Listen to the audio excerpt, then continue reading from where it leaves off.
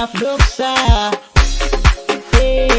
nintima ani Oromoodha isa hiddaaf dhiiga eenyummaan kan kootu kamtu shakkii qaba hamma yoomii maaf dhoksaa Gaafiin jaarraa hedduun takkaan hin deebine hayyuu goon Oromoo sanii jechaaf dhume. Gaafii qabnaa nuti gaafii qabnaa nun deebine gaafiin teenya hagaarra gaafii qabnaa maal dubbannaa nun deebine gaafiin teenya hagaarra gaafii qabnaa maal dubbannaa nun deebine gaafiin teenya hagaarra Haacaaluu Hundeessaa eebbisaa yaadannaa nu goobana Usmayyooffaa yaadannaa Haacaaluu Hundeessaa eebbisaa yaadannaa Yoosef Gammachuufaa yaadannaa isaanii yaadannaa tokko yoom daganna isaan yaadannaa isaan yaadannaa isaanii yaadannaa tokko yoom daganna isaan yaadannaa Arsiidhaaf Baalee, Jimmaadhaaf Wallaggaa, Harargeef Booranaa, Gujiirraa Jimmaarraa.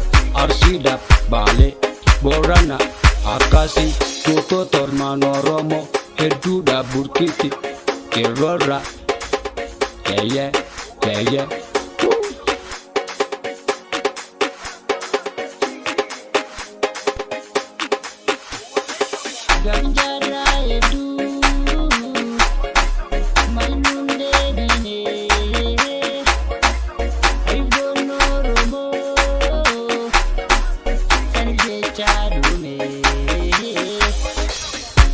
Finfinneen teenya, Adaamaan teenya, Bishooftuun teenya, Dirreelleen teenya, Naqamteen teenya, Cirrooleen teenya, Baddeessaan teenya, Galamsoo teenya, Machaaraan teenya, Waaculleen teenya, Bookelleen teenya, Jimmalleen teenya, Yeeyee teenya.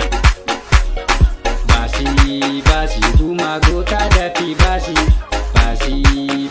sabboonummaa kee mul'isi baasii alaabaa kee ol korsiisi baasii dirreerra mul'isi ol baasii ati goota aadaa kan kee ni dandeessa sabboonummaa duruu qabda eenyu taati si danda'a.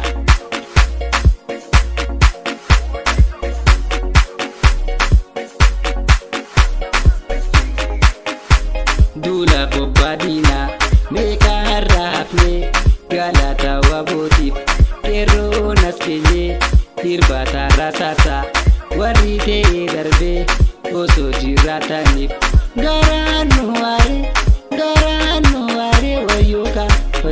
Maali Oromummaan Oromoon eenyu gaaffii mataa keenyaan nuuf haa ta'u namu bareenyummaa ofii walalu Oromoo jechuun mataansa jalalaa tika guddaa jedhu ijaa tokko lala hiyyeessi yeetis usee hin tuffatu dureessi yeetis kabajuu dhiphatu duraan beeknaa kunaa dhuma keenya si jalala malee jibeensa funaa Oromiyaan biyya teenya yoo barbaanne waan la babbaafnaa eenyu nu gaafata mirgaa keenya yoo barbaadde cerbee dheeta wal kuba qabdu wal duuba laagayuu dheeti ja'anii Oromoon duruu ni beektii kan kee kana cuufadhu. Maaf dhoksaa nintima ani Oromoodha isa hiddaaf dhiiga eenyummaan kan kootu kamtu shakkii qaba hamma yoomii maaf dhoksaa.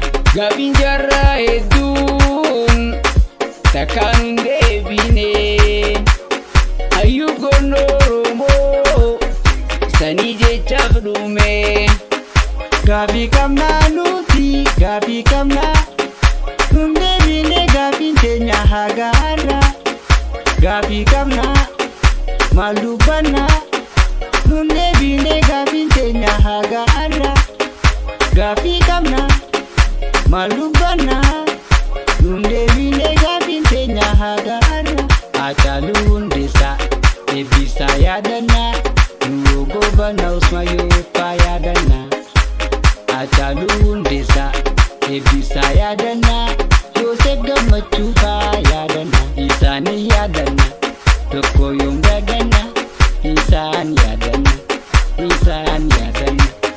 isaanii yaadannaa tokko yoom daagannaa isaan yaadannaa Arsiidhaaf Baalee, Jimmaadhaaf Wallaggaa, Harargeef Booranaa, Gujiirraa Jimmaarraa.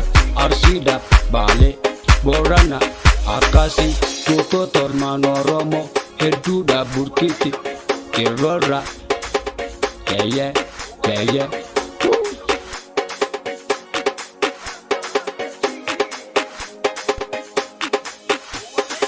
Ganjaarraa hedduu malmuun deebinee ayyoon Oromoo san jechaa dhumee. Finfinneen teenya, Adaamaan teenya, Bishooftuun teenya, Dirreelleen teenya, Naqamteen teenya, Cirolleen teenya, Baddeessaan teenya, Galamsoo teenya, Machaaraan teenya, Waaculleen teenya, Bookelleen teenya, Jimmalleen teenya, Yeyyee teenya. Baasii dhumaa gootaa dafii baasii sabboonummaa kee mul'isi.